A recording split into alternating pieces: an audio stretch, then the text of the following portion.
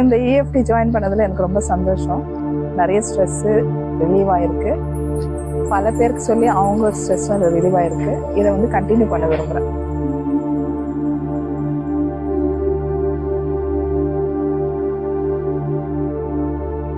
நம்ம லைஃப்ல இருந்து, நம்மளோட பாஸ்ட் லைஃப்ல இருந்து, நம்ம வாழ்க்கையில் இருக்கக்கூடிய ஸ்ட்ரெஸ்ஸு, ஃப்ரஸ்ட்ரேஷன் சிம்பிளாக இப்படி நம்ம டேப் பண்ணால் நம்ம லைஃப் கம்ப்ளீட்டாக சேஞ்ச் ஆகிடும். இந்த மிராக்கிள், இந்த ஆட்டோமேஷன் சிஸ்டம் இது ஒர்க் ஆகிறதுக்கு ஜஸ்ட் டேப். நம்ம வாழ்க்கையில் எல்லாமே ஒரு ஸ்டேஞ்சஸ் தான். நிஜமாவே இது எங்களுக்கு ரொம்ப யூஸ்ஃபுல்லாக இருந்தது. Thank you, thanks to all.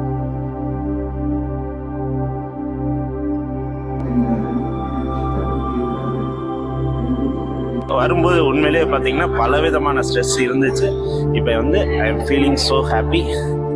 இவ்வளோ நாள் அந்த ஃபீலிங்ஸ்லாம் வந்து வெளியில் எப்படி இது பண்ணுறதுன்னு தெரியாமல் இருந்தது.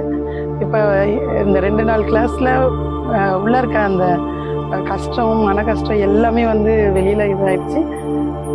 நமக்குள்ள தேங்கி இருந்த அந்த ஸ்ட்ரெஸ், அந்த பதில் கிடைக்காத கேள்விகள், அதெல்லாம் ஒரு கிளாரிட்டி கிடைச்சது. Thank you so much masters. Thank you so much to my family.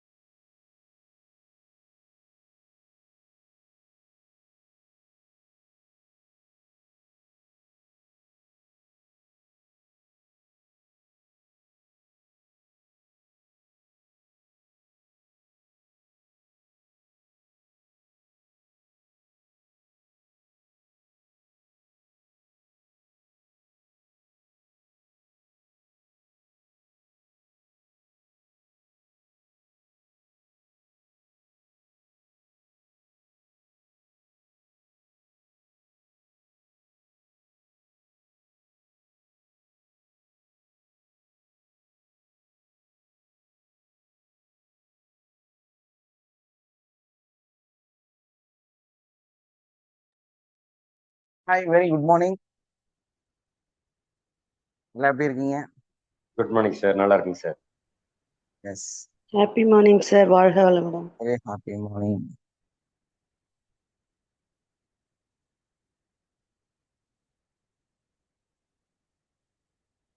Voice எல்லாம் கிளியரா இருக்குல்ல?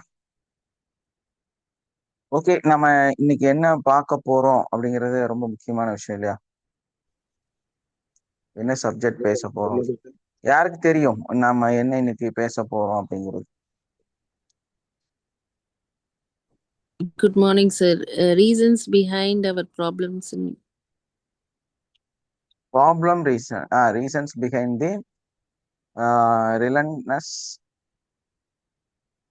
சர்ச். அதாவது பிரச்சனைகள் இடைவிடாத தேடலுக்கு பின்னால் உள்ள காரணங்கள். இது கொஞ்சம் உங்களுக்கு இதா இருக்கும். பட் இது என்னன்னு கேட்டிங்கன்னா, ஆக்சுவலா வந்து நமக்கு தெரியாமையே நம்ம நார்மலாவே பிரச்சனைக்கு உள்ள இருக்கிறோங்கிறது நமக்கு புரியறது இல்லை அப்படிங்கிறது தான் இது விளக்குது. எப்படி நம்ம வந்து நார்மலாவே பிரச்சனைக்கு உள்ளார இருந்துட்டு பிரச்சனைகளை பத்தி பேசிட்டோ அதை பத்தி நம்ம சிந்தனைகள்ல கஷ்டப்பட்டுட்டு இருக்கிறோம். எனக்கு எப்பவுமே இப்படிதான் அப்படிங்கிற மாதிரி ஒரு அடிப்படைக்குள்ளார நம்ம இருக்கிறோங்கிறத பத்தி தான் நம்ம பேசுறோம். ஏன்னா நிறைய பேத்துக்கு அவங்க பிரச்சனையில இருக்கிறாங்கிறதே அவங்களுக்கே தெரியாது. இங்க அதுதான் பெரிய பியூட்டி.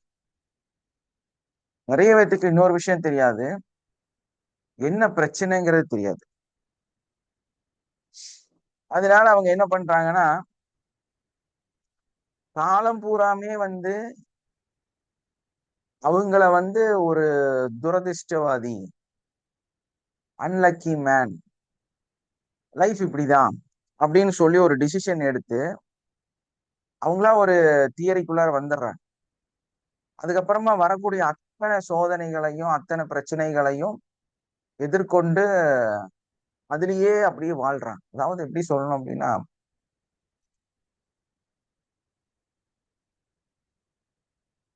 அவங்க எங்க இருக்கிறாங்கங்கிறது அவங்கனால அனலைஸ் பண்ண முடியாம, அவங்க அதுக்குள்ள அதாவது ஒரு கிணத்து தவளை அப்படின்னு ஒரு பழமொழியில நம்ம சொல்லலாம். அத ரொம்ப ஒரு மாதிரியா சொல்லணும் அப்படின்னா, நிறைய பேர் வந்து இந்த சிட்டிக்குள்ள இருக்கிறது சரின்னு முடிவெடுத்து அதுக்குள்ள இருப்பாங்க. அது ஒரு பயங்கரமான ஒரு டிராப்புங்கிறது நிறைய பேத்துக்கு தெரியவே தெரியாது. சிட்டிக்குள்ளார வாழ்றதுங்கிறது ஒரு டிராப். இதை ரியலைஸ் பண்ண தெரியலன்னா உங்களோட வாழ்க்கை முன்னேறாது. அது ஒரு டிராப்புங்கிறதே நமக்கு தெரியாம அந்த சதிக்குழி அதுக்குள்ளார வந்து நம்ம இருந்துட்டு இருக்கோம். ஏன்னா நம்மளோட மைண்ட் வந்து ஒரு சுகமான வாழ்க்கையத்தான் எப்பவுமே விரும்பும். ஆனா உண்மையான சுகமான வாழ்க்கைங்கிறது வேற இருக்கு. ஆனா அவங்களுக்கு அது கண்ணு தெரியாது. அவங்கள பொறுத்த வரையிலும் அந்த க்ரௌடா ஒரு அட்ஜஸ்ட்மெண்ட்ல எல்லாம் சகிச்சுக்கிட்டு அதுக்குள்ள வாழ்றது. சோ அந்த அடிப்படையில இருக்கிறனால அவங்கனால வந்து ரியலைஸ் பண்ணியே பார்க்க முடியாது. இது என்ன நடக்குது? நம்ம எங்க இருக்கிறோம்? சோ அதுல இன்னொரு கேட்டகரி பாத்தீங்கன்னா, ஜாபுக்கு போறவங்க. அது ஒரு பயங்கரமான ஒரு ட்ராப். பர்டிகுலரைஸா நான் டிகிரி பர்சன்ஸ். சோ ஒரு டிகிரி இல்லாம, ஏன்னா இப்போ வந்து ஒரு வெளிநாடுகளுக்கு போறவங்களுக்கு வந்து பாத்தீங்கன்னா ஜாப் போவாங்க. அந்த ஜாப் வந்து கேட்டகரி வைஸ் தான் கிடைக்கும். அப்ப அந்த டிகிரி ஹோல்டரா இருந்தா அதுக்கு தகுந்த மாதிரி நல்ல ஜாப் கிடைக்கும். ஆனா அதை விட்டுட்டு அதுக்கு கீழே இருக்கிற ஒரு 10th 8th 12th அங்க அந்த மாதிரி இருக்கக்கூடியவங்க வந்து அதுல போகும்போது அவங்களுக்கு அந்த ஒரு ரொம்ப லேபர் ஒர்க் தான் கிடைக்கும். ஸோ அந்த லேபர் ஒர்க் எடுத்து அவங்க அங்க செய்யும் போது அதுல ஒரு பெரிய பெனிஃபிட் எல்லாம் இருக்காது. இங்க இருக்கிறத விட ஒரு 200 ரூபா 300 ரூபா இல்ல 500 ரூபா அவ்வளவுதான் சேர்த்து கிடைக்கும். இந்தியால உங்களுக்கு என்ன சம்பளம் கிடைக்குதோ அதை விட ஒரு 500 ரூபா எக்ஸ்ட்ரா கிடைக்கும். ஒரு 1.5 நாள் இது வந்து அதிகமா கிடைக்கிற மாதிரி இருக்கும். ஏன்னா எக்ஸ்பென்சிவ் எல்லாம் கால்குலேட் பண்ணீங்கன்னா 2000 ரூபா கிடைச்சாலும் அது பெரிய யூஸ் இருக்காது. ஏன்னா 500 600 செலவாகவே போயிடும். ஸோ இந்த மாதிரி நிறைய இடங்கள்ல மனிதர்கள் வந்து புரிதல் இல்லாம ட்ராப்ல வந்து மாட்டிட்டு முழிச்சிட்டு இருப்பாங்க. ஸோ இது ட்ராப் தான், நம்ம இங்க இருந்து வெளியே வரணும், இது சரியாகணும் அப்படிங்கிற எண்ணங்களே அவங்களுக்கு வராது. எண்ணங்களே வராது. அப்புறம் தானே அவங்க அதுக்குள்ள வெளியே வர்றது. அந்த வெளி உலகத்தை சில நபர்கள் பார்க்கும்போது அந்த குழந்தைகள், அதாவது அந்த நியூ ஜெனரேஷன் அந்த பர்சன்ஸ் வந்து அவங்க என்ன பண்றாங்க, இதை ரியலைஸ் பண்றாங்க. நம்ம இங்க இருக்கக்கூடாது, இந்த லொகேஷன் சரியில்லை, இங்க வந்து ப்ராப்ளம் இருக்கு அப்படிங்கிறத ரியலைஸ் பண்றாங்க. ஸோ அதுக்கப்புறமா அங்கிருந்து ரிலீஸ் ஆகுறாங்க. இது வந்து ஒரு பிசிக்கலா வெளியே நடக்கக்கூடிய விஷயம். உங்களுடைய மனசும் அதே மாதிரி. உங்க மனசு வந்து ஒரு ஸ்லம் ஏரியால ஒரு பயங்கரமான கிரவுட் இருக்கக்கூடிய, ஒரு நிறைய தெருக்கள் இருக்கக்கூடிய, கடினமான வலைப்பின்னல் இருக்கக்கூடிய அதுக்குள்ளார உங்க மனசு இருந்தாலும் இதே நிலைதான். உங்களுக்கு ஏன் நீங்க அப்படி இருக்கிறீங்க, ஏன் மூட் ஆஃபா இருக்கிறீங்க, உங்களால ஏன் வந்து மற்ற விஷயங்களை வந்து பார்க்க முடியல, செய்ய முடியல, உங்களுக்கு ஏன் நல்லது நடக்க மாட்டேங்குது, நல்ல எண்ணங்களும் நல்ல செயல்களும் எல்லாம் வந்து உங்களுக்கு ஏன் கிடைக்க மாட்டேங்குது அப்படிங்கும்போது நீங்க அந்த ட்ராப்ல இருக்கிறீங்கன்னு அர்த்தம். எப்படி வந்து வெளியே ஒரு நிகழ்வு நடக்குதா? Good morning is and all. Very good. எப்படி வந்து வெளியே நம்ம வாழ்க்கை நடக்குதோ அதே நிகழ்வு தான் உங்களுடைய உள்ள இருக்கக்கூடிய உங்களோட ஆன்மாவுடைய வாழ்க்கையும் இருக்கும். ஸோ நீங்க அந்த ஆன்மா எந்த அளவுக்கு வந்து துடிக்குது அப்படிங்கறத தெரிஞ்சுக்கணும்னா வெரி சிம்பிள். நீங்க வெளியே எப்படி துடிக்கிறீங்க அப்படிங்கறது தெரிஞ்சா போதுமானது. வெளியே எப்படி துடிப்பீங்க? வருமானம் இல்ல, தேவையான விஷயங்கள் நடக்கிறது இல்ல, எனக்கு மட்டும் எதை தொட்டாலும் நஷ்டம்தான், எதை தொட்டாலும் கஷ்டம்தான், யாரு வந்தாலும் என்னை ஏமாத்திட்டு போயிடுவாங்க. நிறைய சிலருக்கு வந்து ரிப்பீட்டடா ஒரு விஷயம் நடந்திருக்கும், திரும்ப அதே விஷயம், திரும்ப அதே விஷயம். ஏய், எப்படிடா நீ தாங்குற அப்படிங்கிற மாதிரி.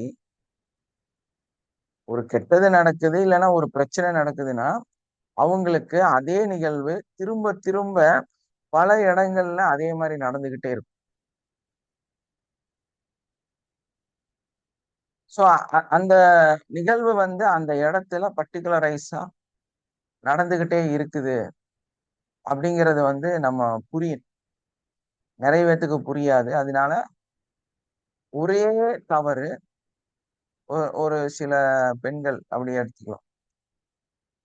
யாருக்காவது கேட்டா கோல்டு கொடுத்துருவாங்க, காசு கொடுத்துருவாங்க, அவங்க திருப்பி தரவே மாட்டாங்க. சரி, அந்த அம்மா வந்து பரவாயில்ல, அனுபவம் ஆயிருச்சு, விட்டுறலாம் நினைச்சா திரும்ப அதையே செய்வாங்க. வேற ஆள் ஒரு சில நபர்கள், ஆண்கள் கண்டினியூவா யார்கிட்டயோ கொஞ்சம் கொஞ்சமா காசுகளை கொடுத்து ஏமாந்துகிட்டே இருப்பார். அதை வந்து அவரு தொடர்ந்து செஞ்சுட்டே இருப்பார்.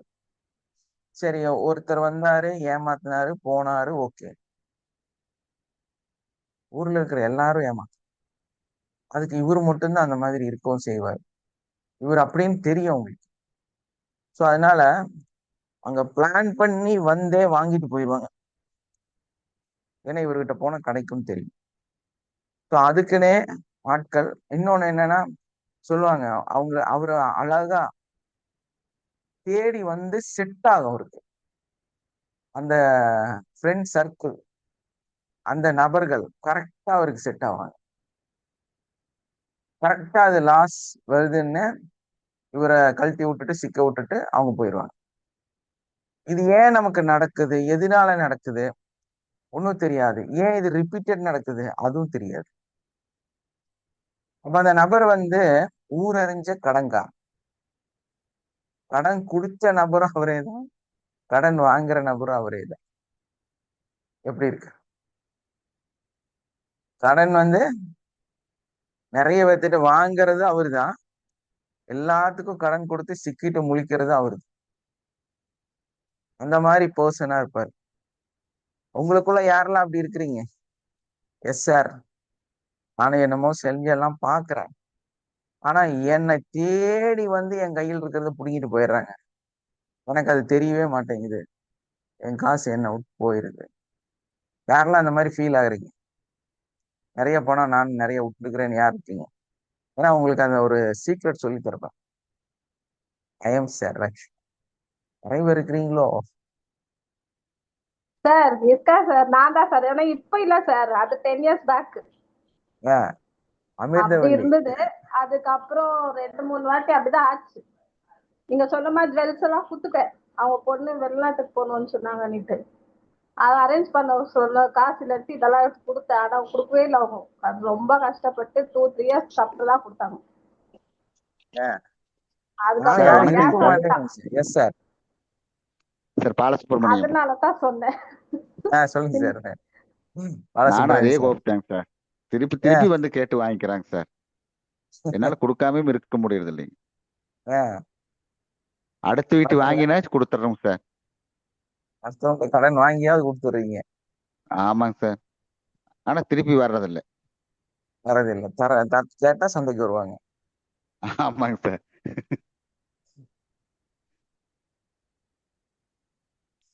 நானும் இங்க யாரும் இருக்க மாட்டேங்கன்னு நினைச்சிட்டு தான் நான் கேட்டேன். ஆனா இத்தனை பேர் டக்கு டக்கு டக்குன்னு தூக்குவீங்க நான் எதிர்பார்க்கல. ஆனா நம்ம கிட்ட இருக்கிறது இல்லைங்க சார். நம்ம அடுத்த வீக் கேட்டா வாங்கி கொடுத்துட்றோங்க சார். எஸ், இது வந்து அவுட் சைட்ல நமக்கு நடக்கிறது, இந்த ரிப்பீட்டட் வந்து அது நடக்கிறது. இது வந்து வெறும் இந்த பினான்சியலாவும் மனிதர்களாலையும் மட்டும் கிடையாது. உங்களோட உடல் ரீதியாவும் இது நடக்குது. அடிக்கடி உடல்நிலை சரியில்லாம போய்கிட்டே இருப்பீங்க. அடிக்கடி வந்து ஏன் உடம்பு சரியில்லாம ஆகுது, ஏன் வந்து உங்க ஃபேமிலியில இப்படி ஒரு பெரிய மருத்துவ செலவுகள் கண்டினியூ ஆயிட்டு இருக்கு. நமக்கு தெரிஞ்சு ஆஹ், ஒரு ஒரு ப்ரொஃபஸர் மாதிரி அவரு, எனக்கு தெரிஞ்சு ரொம்ப மரியாதைக்குரிய மனிதர், ஒழுக்கமான நல்ல மனுஷன். நான் சின்ன பையனா இருக்கும்போது அவர் பயங்கர ஸ்மார்ட்டா இருந்தாரு. அவர் வந்து நல்லா, எனக்கு அப்போ வந்து ஒரு 20 வயசு 23 வயசு அந்த மாதிரி இருக்கும்னு நினைக்கிறேன். ஸோ அப்போ அவர் வந்து பயங்கரமான சாரு. ஏதோ டிகிரி எல்லாம் 2 டிகிரி என்னமெல்லாம் முடிச்சிருக்கிறாரு. டியூஷன்லாம் எடுத்துட்டு இருப்பாரு நினைக்கிறேன். அதுக்கப்புறம் என் பசங்க வந்து டியூஷன் போகும்போதும் நான் அவரை பார்த்துருக்கிறேன். ஸோ அப்போ ஏதோ ஒரு சென்டர்ல இருந்தாரு. ஆனா இன்னைக்கு வந்து எதுவுமே இல்லாம அப்படியே ரோட்ல இப்படி போயிட்டு இருக்கிறாரு. எங்கெங்கேயோ சாப்பிட்றாரு, அங்க ஹோட்டல்ல வாங்கி சாப்பிட்றாரு, என்னென்னமோ பண்ணிட்டு இருக்கிறாருன்னு வைங்க. அதே மாதிரி இப்ப சமீபத்துல இன்னொரு நபர், அவர் வந்து ஒரு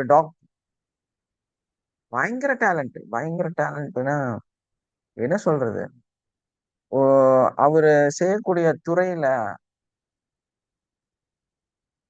அந்த ஆர்த்தர் வந்து இவர்கிட்ட கொஸ்டின் கேட்கணும். அதாவது எனக்கு ஏதாவது, நான் எழுதின புக்ல எனக்கு கன்ஃபியூஷன் இருக்கு, அதை சரி செய்யறதுக்கு வழி சொல்லுங்கன்னு சொல்லணும். அந்த அளவுக்கு அறிவாளி. அந்த புக்குக்கே இன்னொரு விளக்க புக் எழுதுறாரு. அந்த மாதிரி ஒரு மனுஷன். நான் போவேன் அவர்கிட்ட அடிக்கடி போய் உட்கார்ந்து, ஏன்னா அறிவு கிடைக்கும் தெரியுமா. அறிவு கிடைக்குதுன்னு தெரிஞ்சுன்னா விடக்கூடாது நம்ம. அதனால நான் போயிடுவேன், அப்பப்போ போயிட்டு அவர்கிட்ட இருக்கிற அறிவை கொஞ்சம் வாங்கிட்டு வந்துடுவேன். ஸோ அது நான் ரிப்பீட்டடா செய்வேன். போவேன், அவரை ரொம்ப மதிப்பேன். சமீபத்துல பாக்குறேன் அவரு ஒண்ணுமே இல்லை, ஜீரோ, எல்லாமே இழந்துட்டார். ஸோ அவருக்கு சொல்லி கொடுத்தேன், சார் நீங்க எப்ப எங்க என்னெல்லாம் இழந்தீங்க, என்ன ரீசன்னால நீங்க இப்படி இருக்கிறீங்கன்னு நான் சொன்னேன். ஸோ அது மாதிரி எவ்வளவு அறிவாளியாக, எவ்வளவு நாலேஜாக, எவ்வளவு டேலண்டாக இருந்தாலும் சில மனிதர்களுக்கு இந்த கடன் பிரச்சனை, தரித்திரம், இந்த ரிப்பீட்டட் ப்ராப்ளம்ஸ், நோய்கள், இதெல்லாம் வந்துகிட்டே தான் இருக்கு. அவங்க இந்த பிரச்சனைகளை வந்து சந்திச்சுக்கிட்டே தான் இருக்கிறாங்க. ஸோ இதோட பேக்கப்ல உண்மை தன்மையான விஷயம் என்ன அப்படின்னு நம்ம பார்த்தோம்னா, ஆக்சுவலா ஆன் பர்த், அவங்க பிறக்கும் போது அவங்க அம்மாவோட தாய் வயிற்றுல வந்து ஏற்பட்ட அந்த அனுபவங்கள் தான் இன்னைக்கும் இவருக்கு இது பாதிக்கிறதுக்கு காரணமா இருக்கு. அவர் வந்து அந்த ஒரு மாசத்துல பாதிச்சிருக்கலாம், இல்ல வந்து குழந்தை பிறந்து அதுக்கப்புறம் அவரோட வயசுல ஒரு 1.5 வயசு 2 வயசு 4 வயசு எங்கேயாவது ஒரு மிகப்பெரிய சைல்ட்ஹுட் ட்ராமா அவங்க வாழ்க்கையில நடந்திருக்கும். ஸோ அந்த ஒரு நிகழ்வு தான் இந்த ரிப்பீட்டடுக்கெல்லாம் காரணம், இந்த நோய்களுக்கெல்லாம் காரணம், இந்த ஏழ்மைக்கெல்லாம் காரணம். உங்களுடைய உள்ள நடக்கிற சம்பவங்களை விட வெளியே நடக்கிற சம்பவங்களை விட இது ரெண்டுக்கும் இடையில ஒரு பெரிய போராட்ட நிலை இருக்கு. அந்த போராட்ட நிலை வந்து நம்ம ட்ராப் மாதிரி, அது ஒரு பயங்கரமான ஒரு, என்ன சொல்லுவாங்க, புதக்குழி மாதிரி. அதுல சிக்கிட்டோம்னா எல்லாம் சேர்ந்து மொத்தமா மாட்டியாச்சு, ஒன்றும் பண்ண முடியாது. உள்ளேயும் தவிப்பு, வெளியும் தவிப்பு.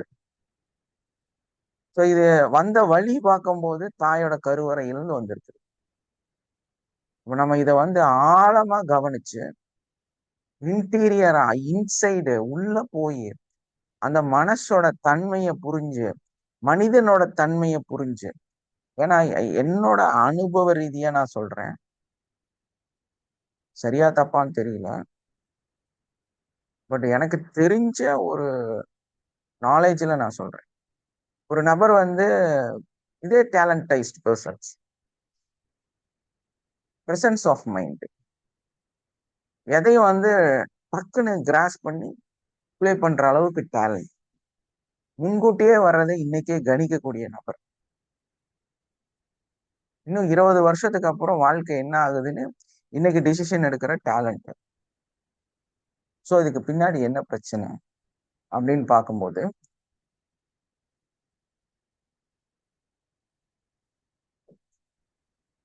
ஒரு ஜெனட்டிக் டிசார்டர்னு வச்சுக்கலாம். இது வந்து ஒரு பாரம்பரிய பிரச்சனைன்னு வச்சுக்கலாம். அதாவது இவ்வளோ டேலண்ட், இவ்வளோ அறிவு, இவ்வளோ நாலேஜ் அது எல்லாத்துக்குமே இருக்கு. ஆனா எந்த வாய்ப்புகள் வந்தாலும் பயன்படுத்துவது கிடையாது. அதுக்கு பதிலா இருக்கிறதையும் சேர்ந்து தொலைக்கிறது. வாய்ப்புகள், சரியான வாய்ப்புகள் வரும்போது அதை தொலைச்சுடுறது.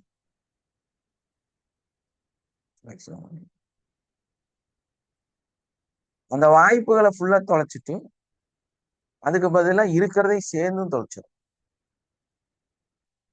இந்த மாதிரி மனிதர்கள் வந்து நான் பார்த்ததுல அவங்களுக்கு இருந்த முதல் பிரச்சனை கோபம், ஷார்ட் டைம் மெமரி அப்படின்னு சொல்லுவோம். கோபம் இருக்கிற இடத்துலதான் குணம் இருக்கும் அப்படின்னு சொல்லுவாங்க. ஸோ அந்த குணம் அவங்கள்ட்ட இருக்கு, ஆனா கோபம் இருக்கு. அந்த கோபத்துக்கு பின்னால ரியாலிட்டி என்ன தெரியுமா? இதுதான் இழப்புகள். இழப்புகள், அங்கீகாரமின்மை. ஏன்னா ஓவர் நாலேஜ் இப்படியே வந்து பொங்கி வழியுது. அப்ப அங்க வந்து அங்கீகாரம் வேணுமா வேண்டாம்? ஸோ அந்த அங்கீகாரமின்மையும் அந்த சரியான ஒரு நடைமுறை இல்லாத வாழ்க்கையில வாழ்றதுனால இவங்களுக்குள்ளார இந்த சமுதாயத்துக்கு மேல கோபம் வர ஆரம்பிச்சிருச்சு. இந்த சமுதாயத்துக்கு மேல வெறுப்பு ஏற்படுத்த ஆரம்பிக்கிறாங்க. அப்போ இந்த வாழ்ற வாழ்க்கையில இருக்கிற எல்லா மக்கள் மீதும் இவங்க வந்து வெறுப்பை வந்து தெளிக்க ஆரம்பிக்கிறாங்க. ஸோ அந்த கோபம் வெறுப்பாக மாறுகிறது. அந்த வெறுப்பு இவர்களை அழிக்கிறது. அந்த கோபம் இவர்களை அழிக்கிறது. அப்படிதான் அவங்க அவங்க வாழ்க்கையை இழக்கிறாங்க. ஸோ அந்த டேலண்ட்டு, திறமை, எக்ஸ்பீரியன்ஸு, எக்ஸலண்ட்டு எல்லாமே போச்சு. ஸோ நம்ம இது நல்லா தெரியுது. இது இவரோட பிரச்சனையும் கிடையாது. அதுக்கு உண்மை கிடையாது. அதுக்கு காரணம் நான் ஃபர்ஸ்ட் சொன்ன ட்ராப், சூழல், அவரை சுத்தி இருக்கக்கூடிய மக்கள், அவருக்கு கொடுக்கப்பட்ட அந்த சைல்ட்ஹுட் ட்ராமா, குழந்தையிலிருந்தே அந்த நிலைய உள்ள இருந்து அனுபவிச்சு அதை பார்த்து பார்த்து பார்த்து கடந்து கடந்து கடந்து கடந்து வந்தனால இருக்கக்கூடிய ப்ராப்ளம். ஸோ இந்த நிலை வந்து நிச்சயமா மாறணும். உங்களுக்குள்ள இருக்கக்கூடிய அந்த வலுவான அந்த வழிகளை வந்து நம்ம களையணும், இல்லாம பண்ணணும். ஸோ நம்ம நிறைய ஒரு வயல் நிறைய நெல் வளர்த்துறோம்னு சொல்லிட்டு களை எடுக்காம ஒரு நெல் வளர்த்தனா என்ன ஆகும்? நெல்ல நல்ல கதிர் தான், நல்ல ஒரு இருக்கக்கூடியதாக தான் இருக்குது. ஆனா அது கூட இருக்கக்கூடிய பலவிதமான கலைப்பொருள்கள் என்ன பண்ணும்? அது அது அது வந்து அந்த அந்த வேஸ்ட்டை எடுக்கல அப்படின்னா, அதை சுத்திகரிக்கலைன்னா எல்லாமே பட்டு போயிடும் இல்லையா? மொத்தமா எந்த நிமிஷம் வேணாலும் ஒரு ஏக்கராவே வேணாலும் அப்படியே வந்து காஞ்சி போறதுக்கு வாய்ப்பு இருக்குது, நோய்வாய்ப்படுறதுக்கு வாய்ப்பு இருக்கு. அந்த மாதிரி தான் மனிதனோட வாழ்க்கையில ஒரு பாகம் முழுவதுமாக தலையாக இருக்குது. நான் ரொம்ப எக்ஸ்பீரியன்ஸ் பண்ணி பார்த்தேன் அந்த மனுஷங்களை. ஸோ அவங்க பாவங்க, ரொம்ப ரொம்ப இன்னசென்ட். உண்மையிலேயே அவர்கள் வந்து தண்டிக்கப்படுகிறார்கள். கடவுளின் மூலமாக கூட பாவங்கள் தண்டிக்கப்படுகிறார்கள். அந்த பிரபஞ்ச சக்தியே அவர்களை தண்டிக்குதுன்னு தான் சொல்லுவோம். ஏன்னா உண்மையில அவங்க அதுக்கு காரணமே இல்லை, பாவம். ஏன்னா அவங்களுக்குள்ள கொடுக்கப்பட்ட, அவங்க அனுபவிச்ச, அவங்க கடந்து வந்த பாதை தான் அதுக்கு காரணம். அவங்க அப்பா, அவங்க அம்மா, அவங்க தாத்தா, அவங்க பாட்டி, அவங்க சித்தப்பா, அவங்க பெரியப்பா, அவங்களோட நாலேஜ் தான் இந்த ஒரு நபரை அப்படி ஆக்கியிருக்குது. அந்த சொசைட்டி, இங்க இருக்கக்கூடிய அந்த மக்களோட மனநிலை, அந்த வளர்ந்து வரக்கூடிய காலகட்டத்துல ஏற்பட்ட பிரச்சனைகள், இதெல்லாம் சேர்ந்துதான் அந்த மனுஷனை அந்த ஒரு தவறான செயல்களை செய்யறதுக்கு ஒரு பிரச்சனைக்குள்ளார கொண்டு போயிருக்காரு. ஏன் இந்த வாழ்க்கையில இவ்வளவு கஷ்டம் நான் அனுபவிக்கிறேன் அப்படிங்கிறது புரியாம ஒரு தண்டனைக்குரிய மனிதராக, ஒரு சபிக்கப்பட்ட மனிதராக, சாபங்கள் நிறைந்த மனிதராக அவங்க வாழ்றாங்க. சோ அந்த நபர் அவ்வளோ டேலண்ட் எல்லாம் இருந்தும் எந்த காலகட்டத்துல யாரெல்லாம் அனுசரிக்கணும், யாரெல்லாம் தனக்கு தாங்கி நிக்கணுமோ, யாருக்காக இவர் எல்லாத்தையும் கொடுத்தாரோ அதை எல்லாமே இழக்கிறாங்க. ஒரு பயங்கரமான நிகழ்வு, வேற ஒருத்தரோட ஸ்டோரி. ஏன்னா அவ்வளவு தூய்மையான எண்ணம் இருக்கக்கூடிய நல்ல மனிதர்கள் இந்த மாதிரி விஷயங்கள்ல மாட்டிக்கிறாங்க பாவம். சோ அவங்க சில கட்டத்துல அவங்களோட மனநிலை அவர்களை ராட்சசர்களாக, கெட்ட எண்ணம் இருக்கக்கூடிய மனிதர்களாக, தவறான செயல்களை மக்களுக்கு செய்யக்கூடியவர்களாக, இந்த சமுதாயத்துக்கு எதிரானவர்களாக மாத்தி. ஏன்னா அதுக்கும் அவங்க காரணம் கிடையாது. அவங்களோட பேக்கப்ல நடந்த அந்த நிகழ்வுகள், அது அவங்களுக்கு கொடுக்கப்பட்ட அறிவு, அந்த சமுதாயத்தோடைய எண்ணங்கள், அந்த குடும்பத்தினுடைய எண்ணங்கள் இவங்களை பாதிக்குது. சோ இவங்க என்ன ஆகுறாங்க, ரொம்ப ரிச், ரொம்ப காசு பணம் எல்லாமே இருக்குது. ஆனா யார் இருக்கணுமோ அவங்க இல்லை. அங்க கேள்விக்குறியாக மாறுது. சோ இங்க பணம் இருக்குன்னு பார்த்தா, பணம் இருக்கிறவன்ட்டையும் நிம்மதி இல்லை, சுகம் இல்லை. அதுக்கு பதில் ஓப்பனா சொல்லணும்னா 2 ஒய்ஃப், மறைமுகமான ஒரு வாழ்க்கை. சோ அதுக்கப்புறம் பிரச்சனையாகி இந்த பக்கம் பிரச்சனை, அந்த பக்கம் பிரச்சனை. சொல்லுவாங்கல்ல, தவுள் 2 பக்கம் அடி வாங்கணும், அந்த மாதிரி அடி வாங்குறது. சோ இந்த மாதிரி கண்டினியூவா வித்தியாச மனிதர்கள், வித்தியாசமான சூழல்கள். ஒரு சிலர் என்னன்னா இந்த மாதிரி செகண்ட் மேரேஜ் அது இதெல்லாம் போறது இல்லை. ஆனா இவங்க 2 பேருமே டைவர்ஸ் ஆகியும் டைவர்ஸ் ஆகாம வீட்டுக்குள்ளாரையே ஒன்னா இருந்து டைவர்ஸ் ஆகி, லீகலா டைவர்ஸ் இல்லாம உள்ள உட்காந்துக்கிட்டு 2 சமையல் செஞ்சு சாப்பிட்டுக்கிட்டு. சோ இந்த மக்களோட படுற பாடெல்லாம் பார்க்கும்போது நமக்கு ஒண்ணுதான் மனசுல தெரியுது, நீங்க யாருமே எதுக்குமே காரணமே கிடையாது. நீங்க எல்லாருமே இன்னசென்ட் தான். இதுதான் உண்மை. யாருக்கு வேணா, நீங்க எப்படி வேணாலும் மோசமா இருந்துட்டு போங்க, உங்களை யார் வேணாலும் எவ்வளவு கேவலமா பேசட்டும், திட்டட்டும், என்ன வேணா நடக்கட்டும், இங்க கை வச்சுட்டு நீங்க ஆலோசனை பண்ணி பாருங்க, நீங்க இன்னசென்ட்டா இல்லையா, நீங்க உண்மையிலேயே அப்பாவியா இல்லையா, மனசார சொல்லுங்க. நீங்க உங்களுக்குள்ளார, ஆமா சார் இந்த மாதிரி ஒரு கவலை, ஒரு பயங்கரமான வலி, ஒரு சங்கடம் எனக்கு இருக்கு, நான் எதையும் தெரிஞ்சு செய்யறதே கிடையாது, நான் உண்மையாதான் இருக்கிறேன், ஆனா இந்த உலகம், மக்கள், என் கூட இருக்கிறவங்க, என்னோட வாழக்கூடியவங்க எல்லாருமே என்னை பிளேம் பண்றாங்க, என்னை கஷ்டப்படுத்துறாங்க, எனக்கும் புரிய மாட்டேங்குது, அவங்களுக்கும் புரிய மாட்டேங்குது. இத சொல்றவங்க எல்லாரும் எஸ் போடுங்க, இல்லைன்னா ஹேண்ட் ரைஸ் பண்ணலாம். ஹேண்ட் ரைஸ் கம்மியா தான் பண்ண முடியும். நீங்க எல்லாருமே எஸ் போடலாம்.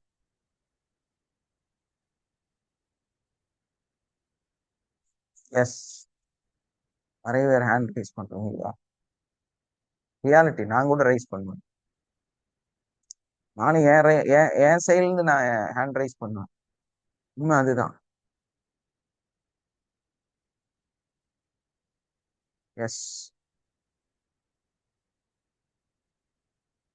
ரியாலிட்டியே நமக்கு இதுதான் கொடுத்துக்கிட்டு இருக்குது.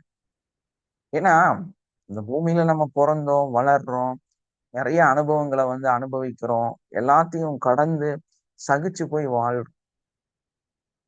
ஆனா நிறைய இடத்துல மிதிக்கிறாங்களே, கஷ்டப்படுத்துறாங்களே, சங்கடப்படுத்துறாங்களே, நன்றி இல்லாம இருக்கிறாங்களே, யாருக்குமே துரோகமே செய்யறது இல்லை. ஆனா அறுத்துட்டு போயிடுறாங்க, அப்படியே கழுத்து அறுத்துறாங்க. ஆலோசனையே பண்றது, சுயநலமா இருக்கிறாங்க மனிதர்கள். இதுக்கு அவங்களும் காரணம் கிடையாது, அவங்களும் தப்பு கிடையாது, நீங்களும் தப்பு கிடையாது, நீங்களும் அதுக்கு உண்டான ஆளே கிடையாது. இதுக்கு பின்னாலே எல்லாம் ஒரு பயங்கரமான ஒரு சைக்காலஜி இருக்கு, பயங்கரமான ஒரு உண்மை இருக்கு. அந்த உண்மை என்னங்கிறது நமக்கு புரிஞ்சுதுன்னா நம்ம வந்து சரியாயிடும். நம்மளால இதை வந்து முழுசா சரி பண்ண முடியும், இதுல இருந்து வெளியே வர முடியும். ஆனா டெய்லியும் உங்களுக்கு ஓடிட்டே இருக்கு இல்லையா? இதை சொல்லும் போதே எத்தனை பேர் அழுதிங்கன்னு தெரியும். ஏன்னா அவ்வளோ சங்கடமான விஷயம் தான் நான் பேசியிருக்கேன். எத்தனை பேர் கண்ணீர் விட்டீங்க, எத்தனை பேர் உள்ள குமர்னீங்க, எத்தனை பேர்த்துக்கு வந்து உள்ள இருந்து துடிக்க ஆரம்பிச்சதுன்னு தெரியும் எனக்கு. சார் நோ சார் வாழ்க வளமுடன் சார். எஸ்மா, வாழ்க வளமுடன். புரியாத ஒரு 10 வருஷத்துக்கு முன்னாடி இதெல்லாம் தனியே போய் பட்டுக்கிட்டு அழுவுறது, கேள்வி கேட்கறது, தானா நோட்ல எழுதுறது, பெத்தவங்கள நொந்துக்கிறது, கடவுளை நொந்துக்கிறது, இதெல்லாம் நடந்துட்டு இருந்தது சார் ஒரு 40 வயசு வரைக்கும். அப்புறம் கொஞ்சம் கொஞ்சமா ஆன்மீக தேடலும் மற்ற தேடல் தேடி கொஞ்சம் இந்த வழிமுறைகளை இப்ப பின்பற்றிட்டு வரும்போது கொஞ்சம் அதுல இருந்து வெளியே வந்து கொஞ்சம் ஸ்ட்ராங் ஆயிட்டு வந்துட்டு இருக்கோம் சார்.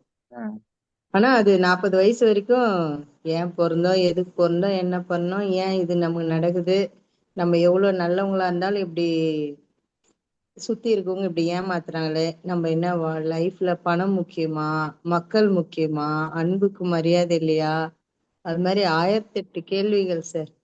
ஏன் பிறந்தோம், ஏன் அப்படின்னே புரியாம.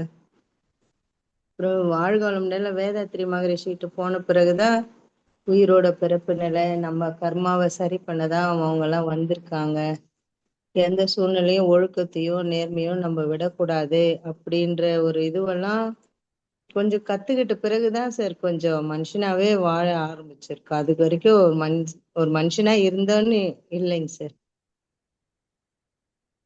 கண்டிப்பா அப்படி ஒரு இதுங்க சார். அந்த இதுக்குள்ள போலன்னா, மனவளக்கலைக்குள்ள போலன்னா ஒண்ணு சூசைடு இல்லைன்னா பைத்தியம் முடிகிற அந்த அளவுக்கு தான் சார் இருந்தேன். மத்தவங்க எல்லாம் எப்படின்னு தெரியலங்க சார். எவ்வளவு நேர்மையா இருந்தாலும் அடி மேல அடி, அடி மேல அடி. ஏமாலியா நம்ம இப்படி இருக்கிறது தப்பா, ஒரு குழந்தைத்தனமா இருக்கிறோமே, மாத்தி யோசிக்காத அப்படின்னு எல்லாம் ரொம்ப யோசிச்சிருக்கேன் சார், ரொம்ப அழுதுருக்கேன் சார் நான். Thank you sir. தேங்க்யூமா. இப்போ இந்த வகுப்பு மேலும் அதுல இருந்து வெளியே வந்துட்டு இது மேலும் நம்ம பட்டை தீட்டி மேலும் ஷைன் ஆகிறதுக்கு இந்த வகுப்பு உங்க பயிற்சி EFT எல்லாம் உதவிட்டு இருக்குங்க சார். அதுக்கு ரொம்ப ரொம்ப நன்றிங்க சார். வாழ்க வளமுடன் சார். தேங்க்யூமா. Thank you sir. எஸ், இதே மாதிரிதான் என்னோட வாழ்க்கையிலே இருக்குங்க. நிறைய பேர் வாழ்க்கையில் இருக்கு இது மாதிரி. எஸ் எஸ், கண்டிப்பா சார். ஏன்னா இது வந்து ரியாலிட்டி, இதுக்கு காரணம் நீங்களும் கிடையாது. இந்த உண்மைக்கு தன்மைக்கு வந்து யாருமே காரணம் கிடையாது. இதுதான் நம்ம ஃபர்ஸ்ட் புரிஞ்சுக்க வேண்டியது. என்னன்னா, இங்க யாரு குற்றவாளி? ஃபர்ஸ்ட் நம்ம வர வேண்டிய மனநிலையிலிருந்து வெளியே வர வேண்டிய ஒரே ஒரு நிகழ்வு என்னன்னா, உங்களுக்கு முழுசா இந்த உண்மையான இந்த குற்றவாளி நீங்க கிடையாது. இந்த ஒரு தெளிவு நமக்கு இருந்துச்சுன்னா அந்த குற்ற செயல் வந்து நம்ம வெளியே வந்துடும். ஏன்னா இதுக்கெல்லாம் காரணம் என்னன்னா, உங்களுடைய பின்னாடி இருக்கக்கூடிய அந்த நிகழ்வு தான். எந்த ஃபில்ட்ரேஷனும் இல்லாம உங்களுக்கு இவ்வளவு கொடுக்கப்பட்டு. ஏன்னா இன்னொரு விஷயம் என்ன, நம்ம இதை ஆழமா பார்த்தோம்னா, இந்த ஒரு சைல்ட்ஹுட் அப்படிங்கிற காலகட்டங்கிறது வந்து இன்னசென்டான காலகட்டம். முழுசா வந்து எதை யாரெல்லாம் சொல்றாங்களோ அதை அப்படியே நம்பக்கூடிய காலம். ஸோ வந்து அங்க வந்து ஜஸ்ட் கேள்வி மட்டும்தான் இருக்கு. வரக்கூடியது அப்படியே இன்டர்னலா நம்ம வாங்கி ஸ்டோர் பண்றது மட்டும் தான் செஞ்சுட்டு இருக்கிறோம். ஸோ அங்க கொடுக்கப்பட்டது எல்லாமே அப்படியே வாங்கி வாங்கி வாங்கி வாங்கி வாங்கி அடுக்கி அடுக்கி அடுக்கி வச்சிருந்தா அங்க என்ன இருக்கும்? கொடுத்தது தானே இருக்கும். அதுக்கப்புறம் தான் வாழ்க்கையில நீங்க கத்துக்க ஆரம்பிக்கிறீங்க. ரியலைசேஷன் வந்து ஒரு 26, 27, 28, 30 வயசுக்கு அப்புறமா மெதுவா ஸ்டார்ட் ஆகுது. அந்த ரியலைசேஷன் வந்து திரும்பி பார்க்கும்போது நம்ம இவ்வளோ பெரிய மடையனா இருந்தோமா அப்படிங்கிறது அப்பதான் புரியவே ஆரம்பிக்குது. ஸோ அப்ப அந்த சமுதாயத்துக்கிட்ட நீங்க திரும்பி கேள்வி கேட்க ஆரம்பிக்கிறீங்க. அங்கதான் உங்களை துவைக்க ஆரம்பிக்கிறோம். அங்கதான் உங்களை வந்து திருட ஆரம்பிக்கிறாங்க. அங்கதான் உங்களை வந்து நஷ்டவாளியாக மாற்றுகிறார்கள். ஏன்னா இந்த சமுதாயத்துல நீங்க யாரா இருக்கணும்னா அவங்க சொல்லக்கூடிய ஏமாளியாக இருக்கும். ஸோ எப்ப நீங்க கேள்வி கேட்க ஆரம்பிக்கிறீங்களோ அவங்க உங்களை வந்து முடிச்சு கட்டிடுவாங்க. உங்களை ஒண்ணும் இல்லாம பண்ணிடுவாங்க. ஏன் ஸ்டேஜ் எஸ் சார், எல்லாத்துக்கும் அதே தான். எல்லாத்துக்கும் அதுதான், பெருசா எல்லாம் மாற்றம் எல்லாம் இல்லை. ஸோ இந்த சமுதாயத்துல ஏன் இந்த நிலை அப்படிங்கிறத நம்ம கேட்க ஆரம்பிச்சாலே உங்களை கம்ப்ளீட்டா முடிச்சு விட்டுருவாங்க. ஸோ இதான் வந்து நடந்துட்டே இருக்கு. ஏன்னா நீங்க உங்க அப்பா ஏதாவதெல்லாம் பேசி வச்சிருப்பாரு, ஏதாவதெல்லாம் செஞ்சிருப்பாரு. நீங்க போய் உங்க அப்பாட்ட, அப்பா நீங்க பண்ணது இந்த இடத்துல இந்த இந்த இந்த ரீசன், இந்த செயல் தப்பு சொன்னீங்கன்னா அவர் உங்களுக்கு எதிரியா மாறிக்கிறார். உங்க அக்கா தப்பா பேசியிருப்பாங்க, அவங்கள்ட்ட போய் நீங்க இந்த மாதிரி எனக்கு அந்த டைம்ல செஞ்சீங்க அப்படின்னு சொன்னா உங்களுக்கு எகெயின்ஸா மாறிடுவாங்க. உங்க அண்ணன், எல்லாருமே. ஏன்னா அவங்க வேற ஒரு சூழல்ல இதையெல்லாம் செஞ்சுதான் உங்க மேல ஏறிதான் அந்த இடத்துக்கே போயிருப்பாங்க. உங்களுக்கு துரோகம் செய்யக்கூடியவர்கள், உங்களை முதுகுல குத்தக்கூடியவர்கள், உங்களை ஏமாற்றக்கூடியவர்கள் நிச்சயமாக உங்களோடு பிணைந்து இணைந்து இருக்கக்கூடியவர். அது நம்ம நல்லா தெரிஞ்சுக்கணும். உங்க குடும்பத்துல உங்க ஃப்ரெண்ட்ஸு உங்க கூட இருக்கிறவங்க தான் உங்களை ஏமாத்த முடியும். வேற யாரும் ஏமாத்த முடியாது. உங்களுக்கு துரோகம் செய்யறது உங்க கூட இருக்கிறவங்களாதான் செய்ய முடியும். துரோகத்துக்கு ஆஹ் சரியான தகுதி இருக்கக்கூடிய நபர்கள், உங்களோட இருக்கக்கூடியவர்கள், உங்களோட பழகி இருக்கக்கூடியவர்கள். வேற யாரும் புதுசா வந்து செய்ய முடியாது. ஏன்னா நீங்க யாரும் அவங்க யாரும் அவங்களுக்கு அந்த சப்ஜெக்டே இல்லை. ஸோ அப்ப நமக்கு நல்லா தெரியுது, நமக்கு நடக்கக்கூடிய எல்லா சம்பவங்களுக்கும் நம்மளோட சூழலும் நம்ம கூட இருக்கிறவங்கள தான் தவிர வேற யாருமே கிடையாது. ஏன்னா உங்களுக்கு கண்ணுக்கு தெரியாத ஒரு நபரு, ஒரு பெங்காலி, ஒரு பீகாரி, இல்லைன்னா வந்து ஒரு குஜராத்தி வந்துட்டு உங்க வீட்டுக்குள்ள வந்து உங்களுக்கு துரோகம் பண்ண முடியும். ஒரு ஆள் ஒரு ஆள் காஷ்மீர் இருந்து வராரு, எங்கிருந்தோ வராரு. ஏன் உங்களுக்கு வந்து துரோகம் செய்ய முடியும்? ஒன்றும் செய்ய முடியாது இல்லையா? அப்போ உங்க கூட இருக்கிறவங்கள தான் உங்களுக்கு ஏற்றமான வேலையை பார்க்க முடியும், உங்களுக்கான துரோகத்தை செய்ய முடியும். ஸோ நமக்கு அது நல்லாவே தெரியணும். இங்கதான் நம்மளோட இந்த எமோஷனல் ஃப்ரீடம் டெக்னிக் எப்படி வந்து உங்களுடைய அந்த நம்பிக்கைக்குரிய நபர்களை ஃபில்ட்ரேஷன் பண்றது. நீங்க எங்க வந்து அந்த ஒரு வலை சதி குழிக்குள்ளார விழுகாம நீங்க உங்களை பாதுகாக்கிறது.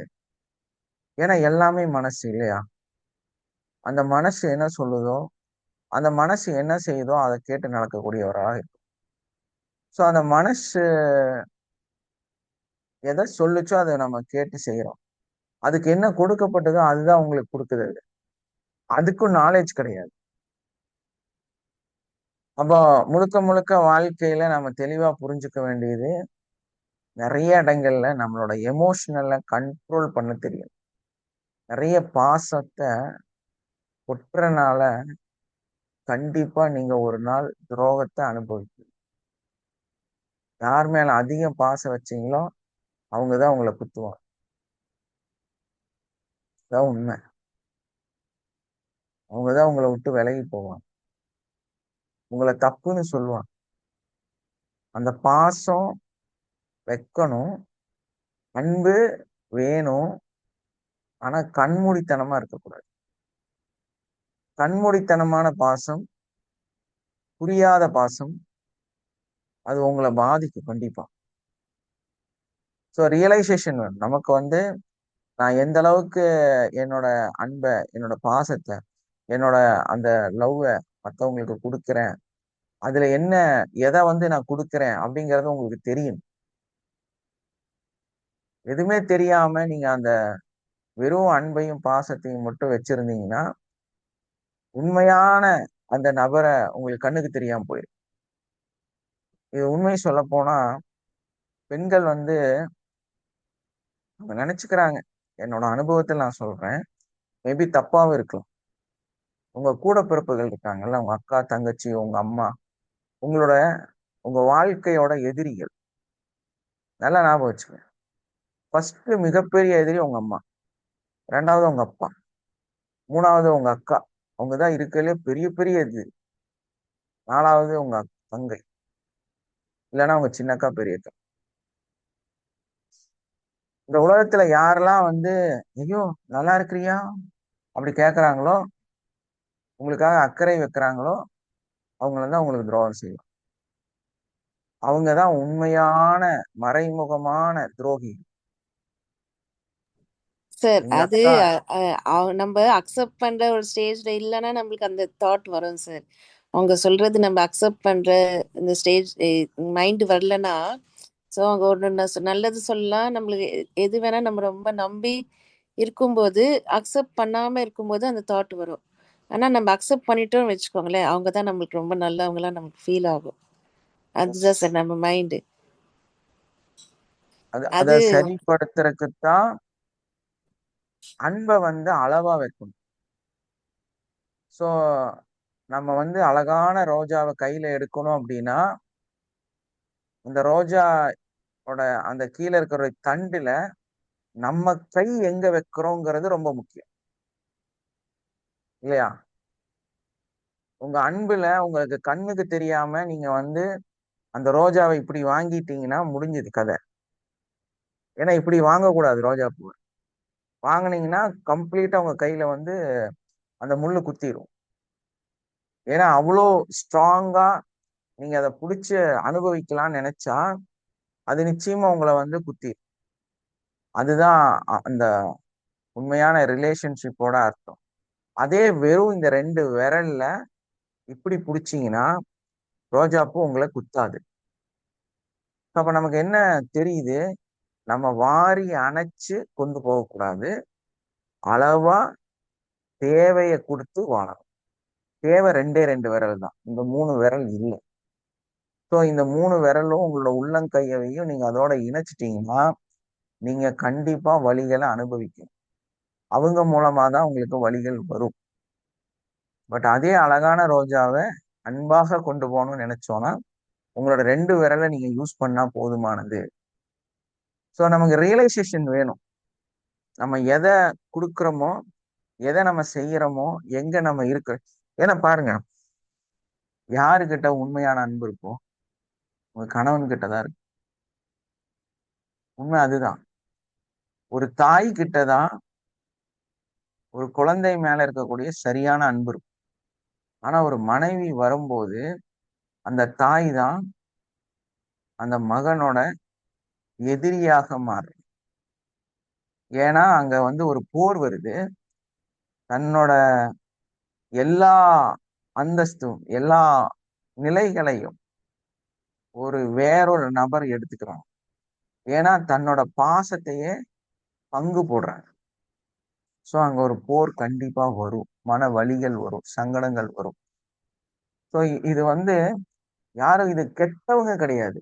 நான் சொல்ற மெத்தட் வந்து தப்பானவங்க கிடையாது.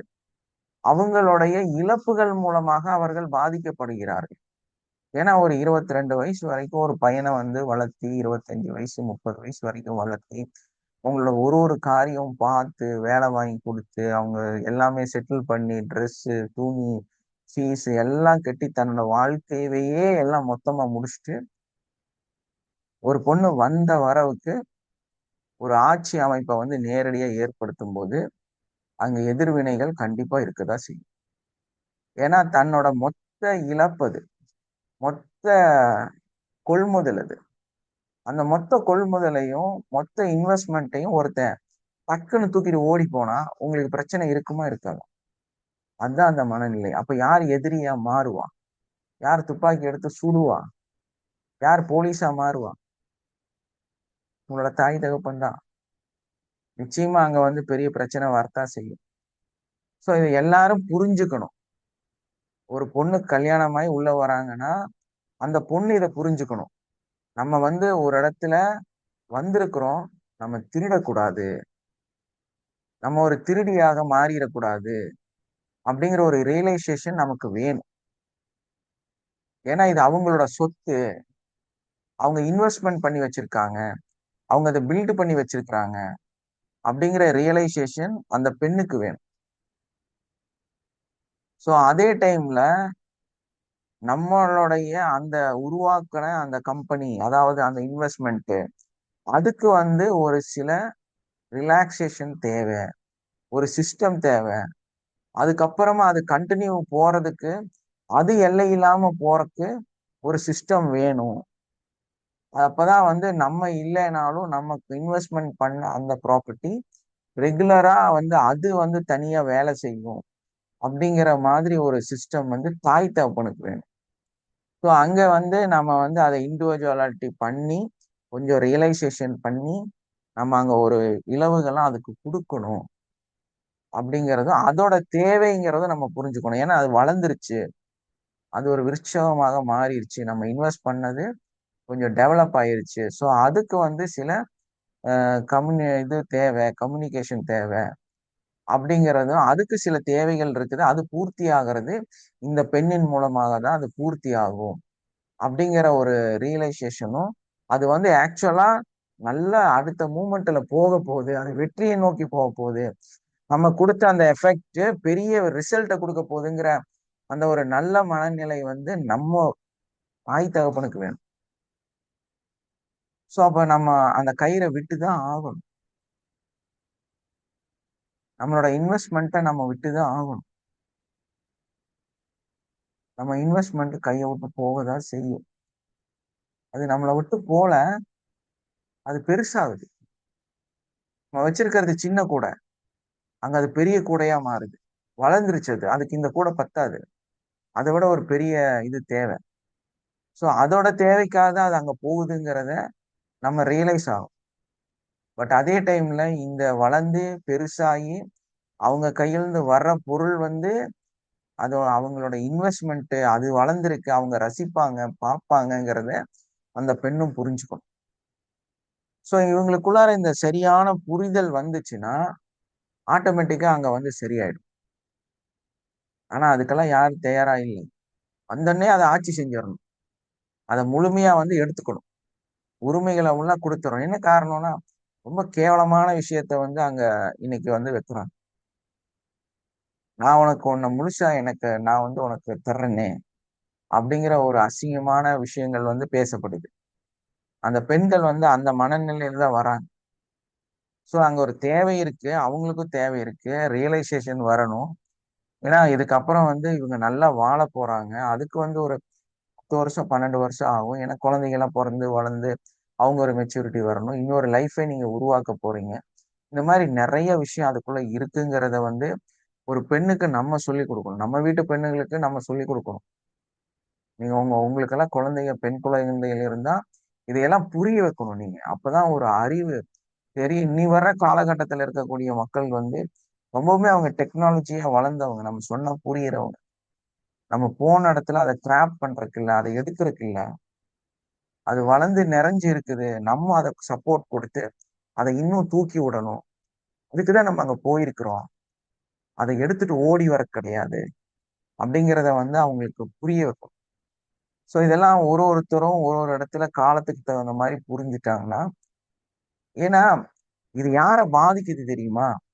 இந்த ட்ரோமா என்ன பிரச்சனை தெரியுமா? ஒரு சந்ததியை பாதிக்குது. காலங்காலமா இப்போ இந்த இந்த சைல்ட்ஹுட் ட்ராமாலாம் எங்க இருந்து வந்துச்சு? உங்க அம்மாவோட மாமியா பண்ண பிரச்சனைனால, உங்க அம்மா வந்து அவங்க மாமியாவோட பண்ண ப்ராப்ளத்தினால அது ஒரு ட்ரோமாவாக உங்களுக்கு கொடுக்கப்பட்டிருக்கு. ஸோ நம்ம அட்வான்ஸ் கோர்ஸ்ல வந்து உங்களுக்கு அந்த சீமனோட கதையெல்லாம் சொல்லியிருப்போம் இல்லையா? சாரா, யாருக்கெல்லாம் ஞாபகம் இருக்கு? சாராவோட ஸ்டோரி எல்லாம் சொல்லியிருப்போம். சார் ஞாபகம் இருக்கு. அதுதான் விஷயமே. இது இப்படியே தலைமுறையா அங்கிருந்து இங்க, இங்கிருந்து அங்க, இனி அடுத்த தலைமுறைக்கு அதே தான் போக போகுது. ஏன்னா உங்க அம்மா அவங்க மாமியாட்ட பண்ணன பிரச்சனைகள், உங்க அம்மா நல்லவங்க கிடையாது. என்ன காரணம்னா அவங்க மாமியாட்ட பிரச்சனை பண்ணிருக்காங்க. சோ அவங்க மாமியா வந்து நிறைய இழந்திருக்கிறாங்க. சோ அந்த அம்மா இந்த அம்மா மேல பிரச்சனை பண்ணிருக்காங்க. அப்படியே அது டிரான்ஸ்பர் ஆகி உங்க மேல வந்திருக்கு. நீங்க என்ன பண்ணிருக்கிறீங்க? இந்த அனுபவத்துல உங்க மாமியாட்ட சில ப்ராப்ளம்ஸ், அவங்க எதிர்பார்ப்பு பிரச்சனைகள், இது டிரான்ஸ்பர் ஆகி என்ன ஆகுது? உங்களோட ஆண் குழந்தையோ பெண் குழந்தையோ அவங்களுக்குள்ளார அது போகுது. ஸோ அங்க போகும்போது உங்க இதே இதே கான்செப்ட் தான் மாறும். ஆளுகள் மாறி இருப்பாங்க, பிரச்சனை அங்கேயே பார்க்கும். இததான் நம்ம என்ன சொல்றோம்னா, அந்த பாஸ்ட் மெமரியில ரொம்ப லாங் டேர்ம் தூரமா இருக்குது. அது உங்க பிரச்சனைக்கான எல்லா விஷயங்களுமே ரொம்ப லாங் டேர்ம்ல, ரொம்ப பாஸ்ட்ல, உங்க அப்பாவுக்கு முன்னாடி உங்க அப்பாவுக்கு முன்னாடி உங்க அப்பாவுக்கு முன்னாடி ஒரு பெரிய கதை இருக்கு. அதை சரி பண்ணும். அந்த பாஸ்ட கரெக்ஷன் பண்ணணும். உங்க ப்ராப்ளம், உங்களோட நஷ்டம், உங்களோட வாழ்க்கையோட முன்னேற்றத்துக்கு இல்லாததுக்கு காரணம் இதுதான்.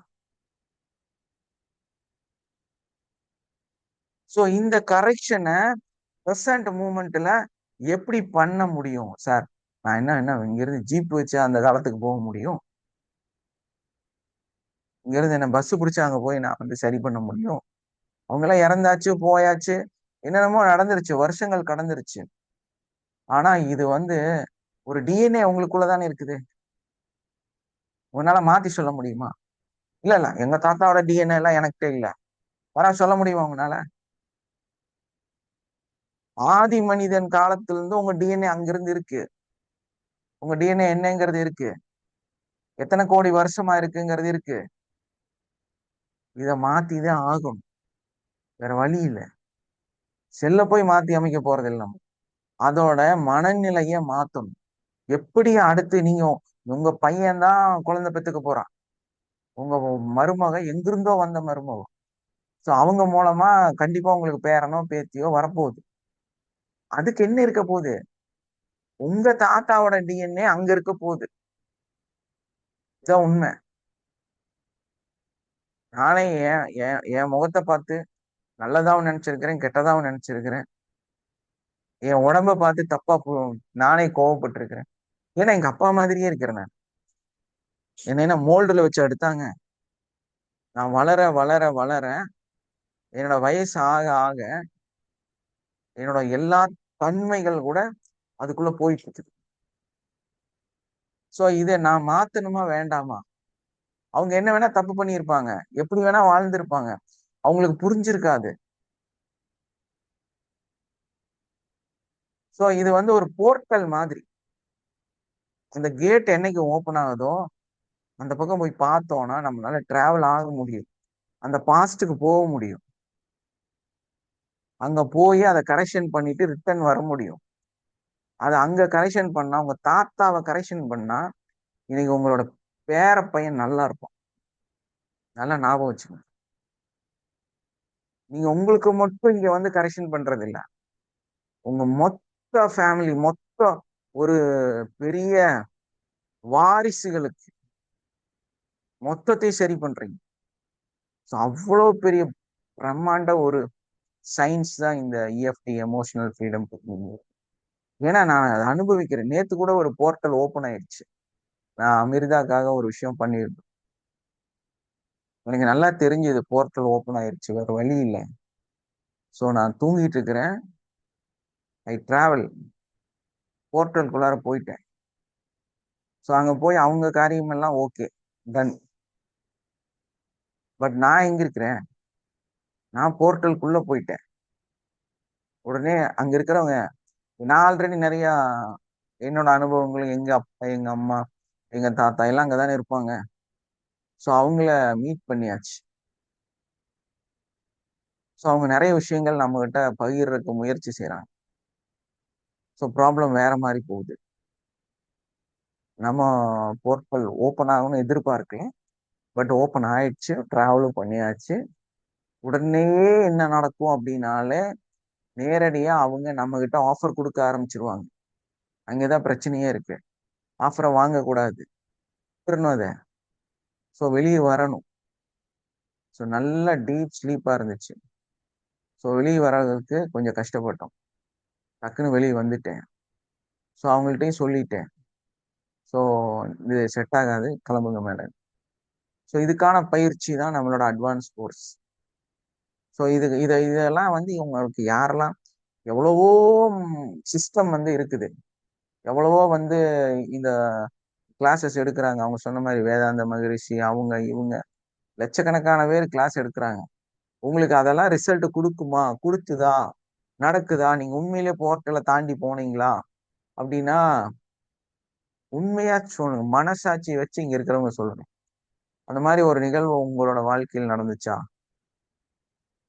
பட் இந்த கிளாஸ் அது நடத்துது, ஆட்டோமேஷனா நடத்துது. அதுக்கான சிஸ்டம் வந்து ஒர்க் ஆகுது, போர்ட்டல் ஓபன் ஆகுது, டிராவல் பண்றாங்க. டிராவல் பண்றீங்களா இல்லையாமா?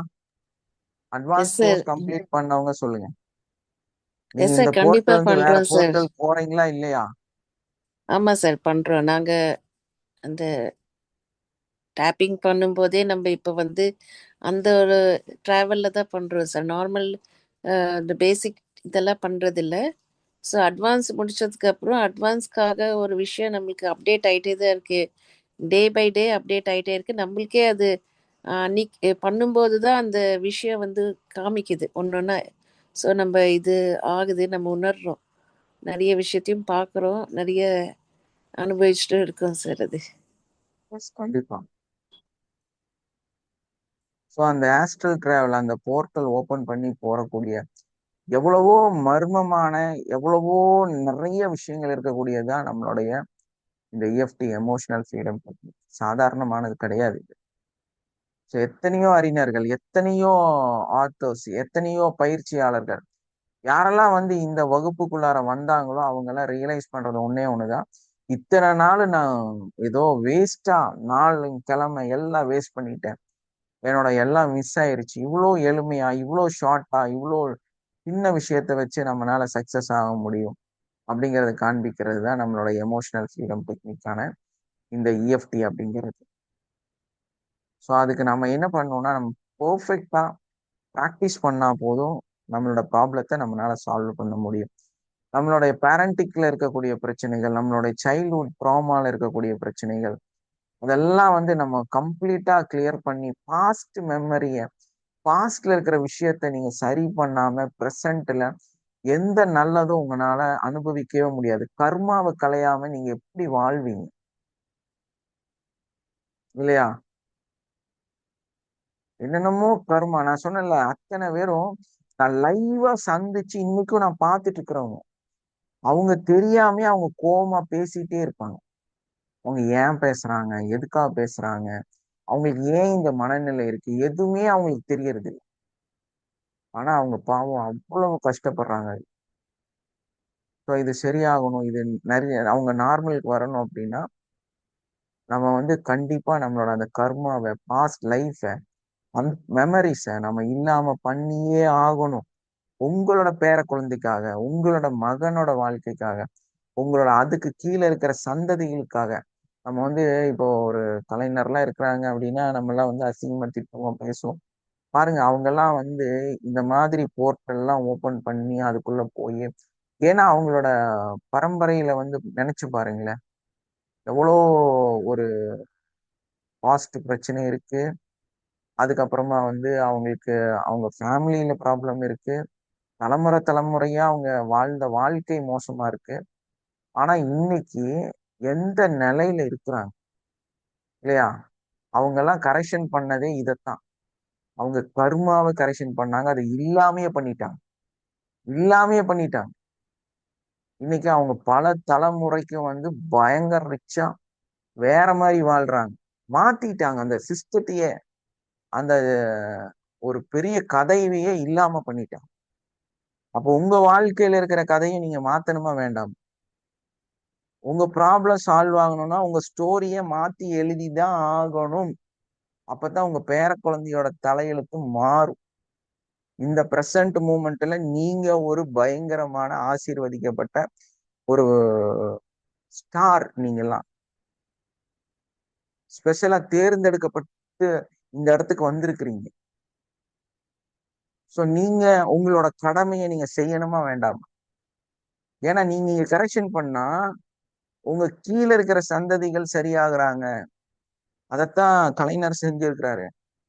18 வயசு பிள்ளை கல்யாணம் பண்ணாருன்னா அவ்வளவோ பிரச்சனை பண்ணி பார்த்துருப்பீங்க இல்லையா? சோ அந்த ஒரு அவங்க ஏதோ ஒரு இதுல பண்ணிருக்கிறாங்க, அவ்வளவுதான் விஷயம். நம்ம அதை போய் ஆராய வேண்டி. அவங்க ஏன் அதை தப்ப பண்ணினாங்க? ஏன்னா அவர் கரெக்ஷன் பண்றாரு. அந்த கர்மாவை, அந்த கதையை மாத்துறாங்க, அந்த பாஸ்ட மாத்துறாங்க. சோ அந்த மாத்தினதுதான் இங்க மார்ச். இன்னைக்கு அவங்க தலைமுறையா இப்படி வித்தியாசம் இருக்கு. சும்மா எல்லாம் பணம் வந்துடாது, ரிச் ஆயிட முடியாது, நம்ம மேல வந்துட முடியாது. உங்களை இது அமுத்ததான் செய்யும். நீங்க எவ்வளவு ஓடிக்கிங்க, எவ்வளவு குதிச்சுக்குங்க, எவ்வளவு இது பண்ணிக்கங்க, எவ்வளவு பணம் வேணாலும் உங்கள்ட்ட இருக்கட்டும், நீங்க என்ன பண்ணாலும் ஒரு ஓட்ட வழியோட இது ஒழுதுட்டே தான் இருக்கும். ஒண்ணும் பண்ண முடியாது. நான் அனுபவ ரீதியா பார்த்து சொல்றேன். ஓட்டைய அடைச்சே ஆகும், வேற வழியே இல்லை. அந்த ஓட்டையை அடைச்சாதான் நிற்கும், சரியாகும், டிராவல் பண்ண முடியும். ஸோ அதுக்கான விஷயம் தான் நம்ம இந்த EFT.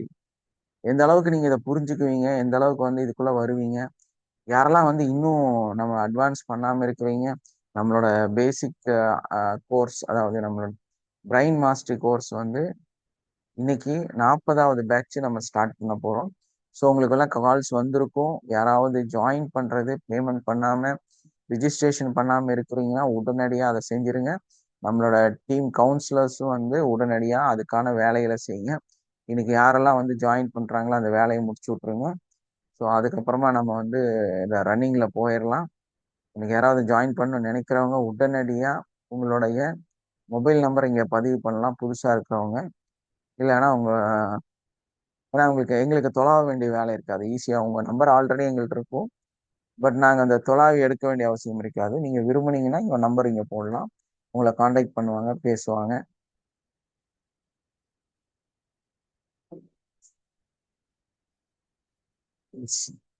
நம்ம அட்வான்ஸ் அடுத்த பேட்சோட ஏர்லி பேர்டு ஆஃபர் கொடுத்துருக்குறோம். யாரெல்லாம் அட்வான்ஸ் கோர்ஸ் நீ பண்ணணும்னு நினைக்கிறீங்களோ அவங்க ஏர்லியராக புக் பண்ணி வைக்கணும். ஸோ அந்த ஏர்லி பேர்டு புக்கிங் இருந்தால் உங்களுக்கு டிஸ்கவுண்ட் கிடைக்கும். ஸோ டிஸ்கவுண்ட் இல்லாமல் போயிடும் அப்புறம். ஸோ அப்புறம் நீங்கள் ஃபுல் பேமெண்ட் பண்ண வேண்டியது வரும். ஸோ அதை தவிர்க்கிறதுக்கு நீங்கள் ஏர்லி பேர்டில் புக் பண்ணி வச்சுக்கோங்க. So early bird booking always பெரிய கிஃப்ட்டை உங்களுக்கு தரும் இல்லையா? இப்படி எல்லாருமே அனுபவிச்சிருக்கிறீங்க, எல்லாத்துக்கும் கிடைச்சிருக்குது. நீங்கள் ஏர்லி பேர்டு அனுபவிச்சாங்க நிறைய பேர். ஸோ யாரெல்லாம் வேணும்னு நினைக்கிறீங்களோ உடனடியாக புக் பண்ணிக்கணும். உங்களோட மென்டர்கிட்ட கூப்பிட்டு சொன்னாலும் சரி, இல்லை என்கிட்ட கால் பண்ணாலும் சரி, நீங்கள் அதை கன்ஃபார்ம் பண்ணி வச்சுக்கணும். இல்லைன்னா அந்த பேமெண்ட் கொஞ்சம் அதிகமாயிரும் கடைசி டைமில். ஏன்னா நம்ம ஆர்கனைஸ் பண்ணும்போது பேமெண்ட் அதிகமாக இருக்கும். நீங்கள் பிரியப்பட்டு வரும்போது அந்த பேமெண்ட்டும் நம்ம அதுக்காக டிஸ்கவுண்ட் கொடுக்குறோம். ஓகே. ஸோ அதே மாதிரி இந்த நியூ ஜாயினிங் அதே மாதிரி தான் ஏர்லி பேர்டு யூஸ் பண்ணிக்கலாம். ஏன்னா இன்னைக்கு லாஸ்ட் டே. நீங்கள் உடனடியாக புக்கிங் பண்ணீங்கன்னா உங்களுக்கு ஒரு 2800 லாபம் கிடைக்கும். இல்லைன்னா வித் டேக்ஸ் ஜிஎஸ்டியோட ஒரு பில். ஸோ அதை தவிர்த்திருக்கிறது உடனடியாக இன்னைக்கே நீங்கள் ரெஜிஸ்டர் பண்ணுங்க. Okay, thank you all. Have a nice day. வேற யாராவது பேசுறதுன்னா நீங்க பேசலாம், இல்லைன்னா மைண்ட் அப் பண்ணுங்க. ரொம்ப லேட் ஆயிடுச்சு. நம்மளுடைய கிளாஸே ஒட்டுமொத்த டோட்டலா ஒரு உணர்வுபூர்வமான ஒரு கிளாஸ்ன்னு வச்சுக்கல. அதனால வாழ்த்துக்கள் சொல்றது, அடுத்தவங்களுக்கு மன்னிப்பு கொடுக்கறது, மன்னிப்பு கேட்கறது, இல்லை எல்லாமே ஒரு உணர்வுபூர்வமான, ஒரே ஒத்த வார்த்தையில் சொல்றேன்னா உணர்வுபூர்வம் உணர்ந்துக்கு மட்டும்தான் முடியும். ஆனால் பெரிய ஒரு கோடீஸ்வரன் நாயர்லாம் நான் பணம் சம்பாதிச்சு கொடுக்குறேன் அப்படின்லாம் நீங்க சொல்லி எங்களையெல்லாம் அழைக்கல.